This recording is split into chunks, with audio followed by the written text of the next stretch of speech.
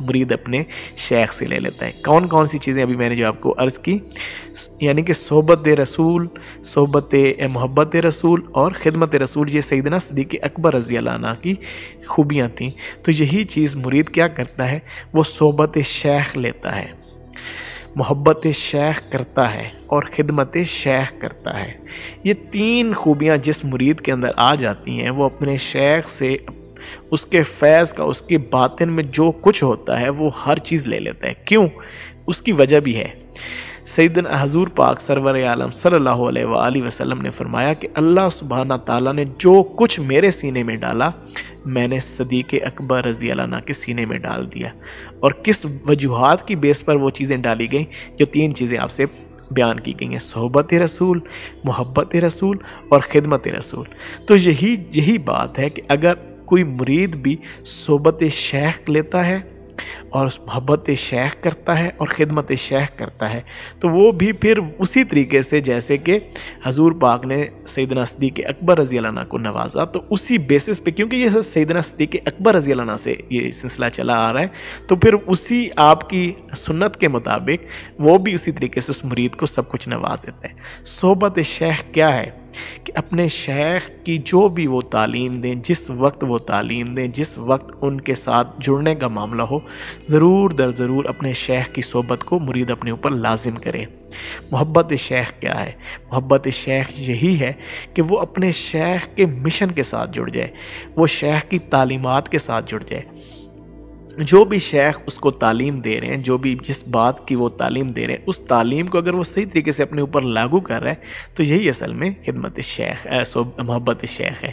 خدمت شیخ کیا ہے؟ خدمت شیخ یہ ہے کہ جو شیخ کا مشن ہے، مرید بھی اپنے شیخ کے مشن کو اپنا لے۔ شیخ کیا کر رہا ہے؟ شیخ حضور سرور عالم صلی اللہ علیہ وآلہ وسلم کی نبوت کا علم بردار ہے، حضور پاک کی تعلیمات کو لوگوں تک پہنچا رہا ہے، حضور پاک کے علم کو اٹھائے ہوئے ہے، لوگوں تک حضور پاک کی تعلیمات اور آپ کے دین کو، آپ کی شریعت کو لے کے جا رہا ہے۔ تو مرید پر بھی یہی چیز لازم ہے کہ اپنے شیخ کے مشن کو مضبوطی سے تھام لے۔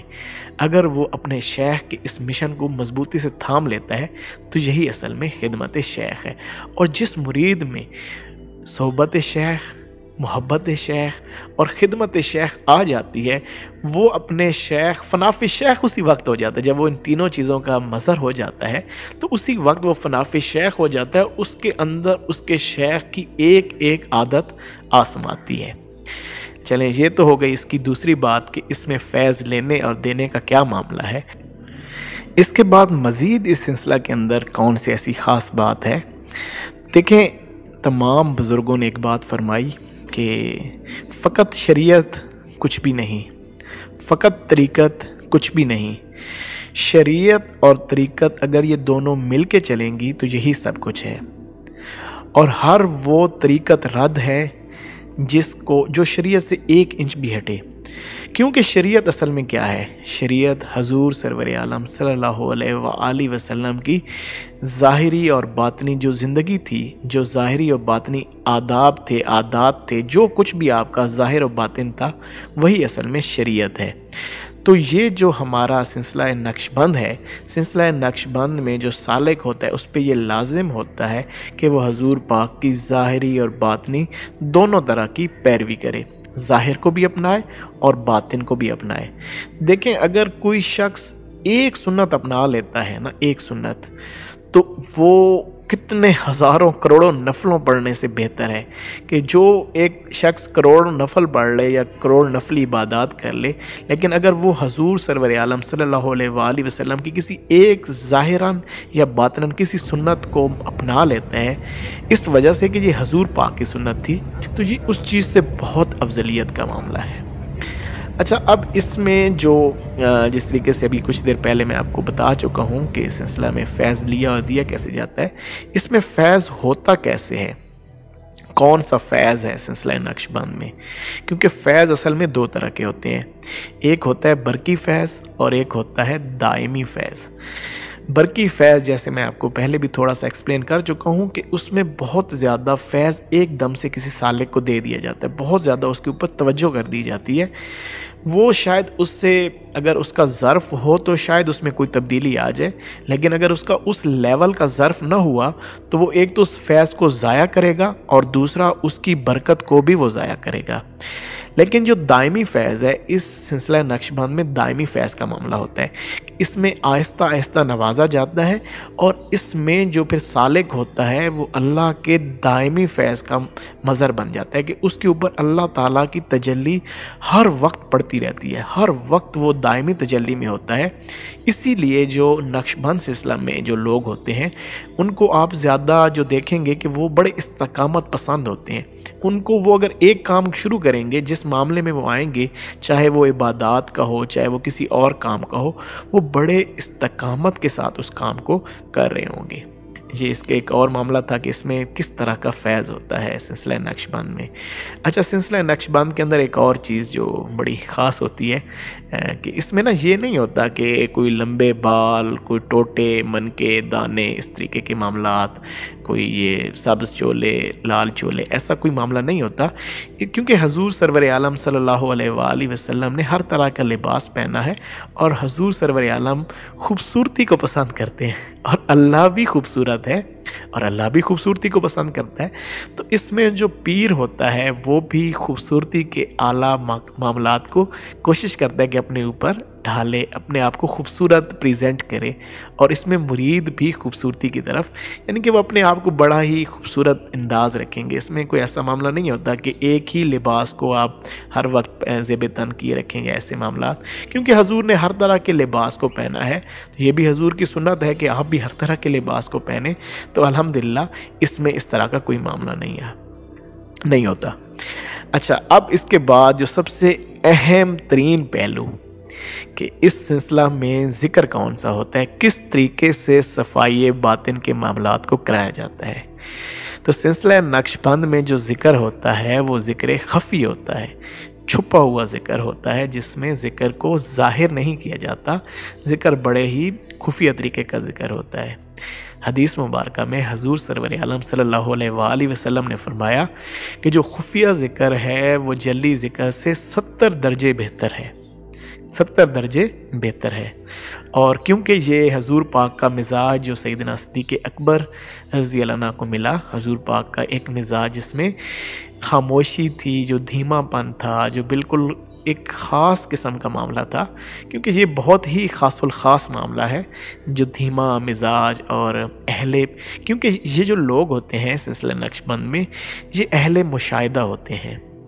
اور اہل مشاہدہ کبھی بھی اپنے معاملات کو اس طریقے سے پریزنٹ نہیں کرتے کہ میری ذات میں یہ میرے معاملات ایسے ہیں، میرے معاملات ویسے ہیں، وہ کبھی ان چیزوں کو پریزنٹ کرتے ہوئے آپ کو نظر نہیں آئیں گے۔ وہ کسی شاعر نے بڑا خوبصورت انداز میں یہ کہا کہ جرے محرم راز حقیقتاں دے او راز حقیقت کھول دے نہیں، جرے محرم راز حقیقتاں دے او راز حقیقت کھول دے نہیں، جے نہیں ویکھا او تے کرن گلاں، جے نہیں ویکھا وہ تو کرن گلاں، جے ویکھ لیا وہ تو بول دی نہیں، کہ جو راز حقیقت کے محرم ہوتے ہیں نا، جو اللہ کی ذات کے محرم، وہ کچھ بولتے نہیں ہیں، وہ پھر اس چیز کو، کیونکہ یہ چیزیں جو حال کی جو کیفیات ہیں ان کو کال میں بیان کرنا بہت زیادہ مشکل ہے۔ ہاں، بزرگوں نے کیا ہے تاکہ آنے والوں کو ایک مشعل راہ ملے، لیکن اس کو اصل حقیقت کی طرح پریزنٹ کرنا وہ بہت مشکل ہے، اور جو پھر نہیں دیکھا جنہوں نے، وہ تو پھر بڑے بڑے بلند باغ دعوے بھی کرتے ہیں، لیکن جو دیکھ لیتے ہیں وہ خاموشی رہتے ہیں۔ اللہ سبحانہ تعالیٰ نے سورہ آراف میں بڑا خوبصورت انداز ذکر خفی کے متعلق فرمایا، اور صبح و شام ذکر کرو اپنے رب کا دل میں، یعنی کہ سانسوں کے ذریعے بغیر آواز نکالے، خفیہ طریقے سے، عاجزی کے ساتھ، تاکہ تم غافلین میں سے نہ ہو جاؤ۔ تو دیکھیں، اور اللہ تعالیٰ نے قرآن میں مزید ارشاد فرمایا اپنے رب کو خفیہ انداز میں یاد کرو۔ اور ایک اور بڑی ہی اس کے اندر ایسی بات جو یقین جانے آپ یہ سنیں گے تو آپ کا ایک دفعہ مزاج ہی تبدیل ہو جائے گا، آپ کے رونگٹے کھڑے ہو جائیں گے۔ اللہ سبحانہ تعالیٰ نے سورہ نجم میں حضور سرور عالم صلی اللہ علیہ وآلہ وسلم کو کیا چیز ارشاد فرمائی؟ سورہ نجم میں اللہ تعالیٰ نے ارشاد فرمایا کہ پس آپ صلی اللہ علیہ وآلہ وسلم اس شخص سے کنارہ کشی اختیار کر لیں، اس شخص سے دور ہو جائیں جس نے ہمارے ذکر سے روح گردانی کی، کہ جو شخص اللہ کے ذکر کو چھوڑ دیتا ہے، اللہ تعالیٰ فرما رہے ہیں کہ آپ صلی اللہ علیہ وآلہ وسلم اس شخص سے کنارہ کشی اختیار کر لیں جس نے ہمارے ذکر سے روح گردانی اختیار کی، کیونکہ اس نے محض دنیا کی زندگی کو مقصود بنا لیا، کہ جس نے اللہ کے ذکر کو اس لیے چھوڑ دیا کہ اپنے دنیاوی معاملات کے لیے، تو پھر سمجھ لیں کہ اس کا کوئی معاملہ نہیں ہے۔ اچھا، اب بڑی خوبصورت ذکر خفی کے معاملات میں ایک اور بڑی خوبصورت آیت میں آپ لوگوں کے پیش نظر رکھنا چاہتا ہوں۔ سورہ نور کے اندر اللہ تعالیٰ نے فرمایا، اس ذکر خفی کی کتنی خاص بات ہے۔ اب ہم الحمدللہ جو ہمارے ساتھ جو لوگ جڑے ہیں، ہم ایک پورا راہ سلوک کا معاملہ طے کر رہے ہیں جس میں ہم ذکر خفی کرتے ہیں، اور ذکر خفی کو کرتے ہوئے الحمدللہ ایک پورے معاملات اندر سے ذکر کے کھل جاتے ہیں، جس میں اللہ کا ذکر آپ کے انگ انگ میں ہونا شروع ہو جاتا ہے۔ جب ہم اس معاملات تک پہنچتے ہیں جس کو ہم سلطان اور اذکار کہتے ہیں، تو الحمدللہ ہمارے تمام جو بھی ہمارے ساتھ جڑے لوگ ہیں وہ اسی کی طرف جا رہے ہیں۔ تو یہ ان لوگوں کے لیے ایک بہت بڑا انعام ہے۔ ان لوگوں کا تذکرہ اللہ تعالیٰ نے قرآن میں فرمایا۔ سورہ نور میں اللہ تعالیٰ رکوع نمبر 5 میں اللہ تعالیٰ ارشاد فرماتے ہیں، اللہ تعالیٰ ان لوگوں کی بہت بڑی بڑائی پیش کریں، سنیے گا۔ وہ ایسے لوگ ہیں کہ ان کو اللہ کے ذکر سے نہ خرید غفلت میں ڈالتی ہے نہ فروخت، چاہے وہ خرید میں ہوتے ہیں چاہے فروخت میں، چاہے وہ دنیا کے کسی بھی کام میں ہوتے ہیں، ان کو اللہ کے ذکر سے کوئی بھی چیز غفلت میں نہیں ڈالتی۔ تو یہ کون سے لوگ ہوتے ہیں؟ جن کا دل ذاکر ہوتا ہے، جن کا قلب، روح، سر، خفی، اخفا، آنا، پورے کا پورا آپ کا انگ انگ سلطان اور اذکار میں جن کا مصروف ہوتا ہے، وہ ہر وقت اللہ کے ذکر میں ہوتے ہیں۔ حضور پاک کے متعلق نہیں اللہ تعالیٰ نے فرمایا کہ آپ تو سوتے ہیں لیکن آپ کا قلب نہیں سوتا، آپ کی پورے انگ انگ میں اللہ کا ذکر ہر وقت ہو رہا ہوتا ہے۔ اور اس ذکر خفی کی جو سب سے اہم بات ہے، اس ذکر خفی کے جو سب سے اہم معاملات ہیں، یہ وہ ذکر ہے جس کا فرشتوں کو بھی اندازہ نہیں ہوتا۔ فرشتے بھی ذکر، کیونکہ یہ اللہ اور آپ کے درمیان بڑا خاص ذکر ہے۔ تو سلسلہ نقش بند کی جو سب سے بڑی خاصیت ہے وہ ذکر خفی ہے، کہ یہ اس میں ذکر خفی کرایا جاتا ہے۔ آخری بات اس میں کہ سلسلہ نقش بند کی جو سب سے اہم بات ہے، اس کے متعلق بزرگوں نے فرمایا کہ نقش بندہ عجب قافلہ سالار اند، ہما شیران جہاں بستہ ای سلسلہ اند، کہ یہ وہ سلسلہ ہے جس کے سالار کی بھی سمجھ نہیں آتی کسی کو کہ اس کا سالار کن معاملات کے اندر ہے۔ تمام جہانوں کے شیر اس سلسلہ کے اندر ہیں۔ اور بزرگوں نے فرمایا کہ حضرت امام مہدی علیہ السلام جو کہ آخری زمانے میں آئیں گے اور دجال کے ساتھ آپ ایک مارکہ لڑیں گے، وہ جس سلسلہ میں ہوں گے وہ سلسلہ صدیقیہ ہوگا،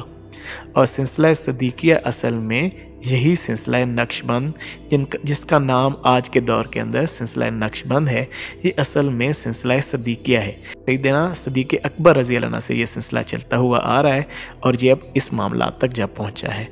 تو اس سلسلہ کے اندر ہی وہ تمام جہانوں کے شیر موجود ہیں جو کہ بڑے ہی احسن انداز کے ساتھ اپنا کام کر رہے ہیں، اور لوگوں کے صفائی باطن کے معاملات کو بڑے بہتر اور احسن انداز کے ساتھ کر رہے ہیں۔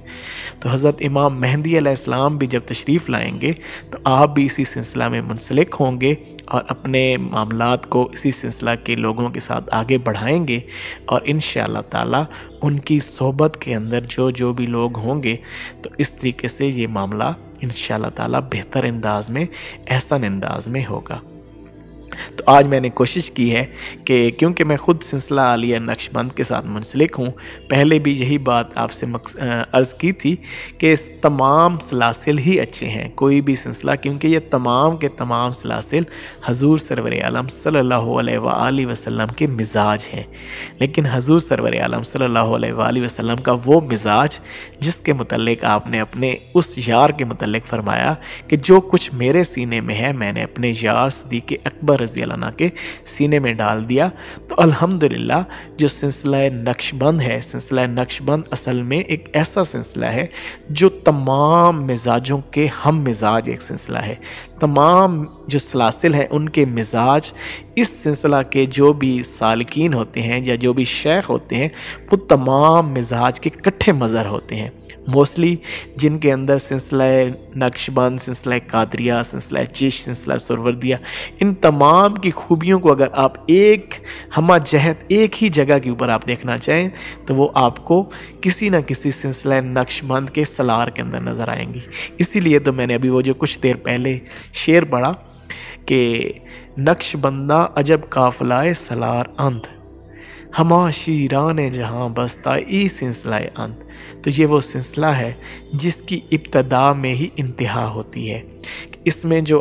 جو بھی اس میں آنے والے جو سالک ہوتے ہیں ان کو بڑے ہی احسن انداز میں ابتدا میں انتہا دکھائی جاتی ہے تاکہ وہ بڑے احسن انداز کے ساتھ اس سفر کو آگے لے کے چلیں، اور اس میں شیخ ان کو پورے کے پورے معاملات کو خود اپنے معاملات کے ساتھ جوڑ کے ان کو آگے لے چلتا ہے، پھر آہستہ آہستہ اس کا ہاتھ چھوڑا جاتا ہے تاکہ وہ خود بھی چلنے کے قابل ہو۔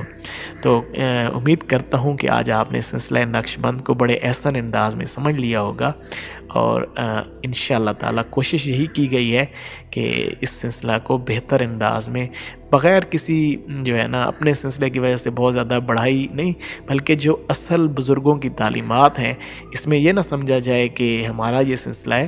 یہ اصل میں حضور پاک کا مزاج ہے، جس مزاج کو میں نے احسن انداز میں آپ لوگوں کے سامنے رکھنے کی کوشش کی ہے۔ اللہ تعالیٰ آپ کو ہمیں کسی نہ کسی بزرگ کے ساتھ وابستہ ہونے کی توفیق عنایت فرمائے، اور ہمیں اس راہ پر چلنے کی توفیق عنایت فرمائے تاکہ ہم اللہ کی قربتوں کو سمیٹ سکیں۔ آج ہم نے جو کچھ بھی یہ سنا، اللہ تعالیٰ ہمیں اس پہ عمل کی توفیق دیں۔ اچھی بات کو سن کر دوسروں تک پہنچا دینا بہترین صدقہ جاریہ ہے، شاید وہ ہم سے زیادہ اس پر عمل پیرا ہو جائے اور اس کی وجہ سے اللہ تعالیٰ ہمیں بھی یہ توفیق عنایت فرما دے۔ السلام علیکم۔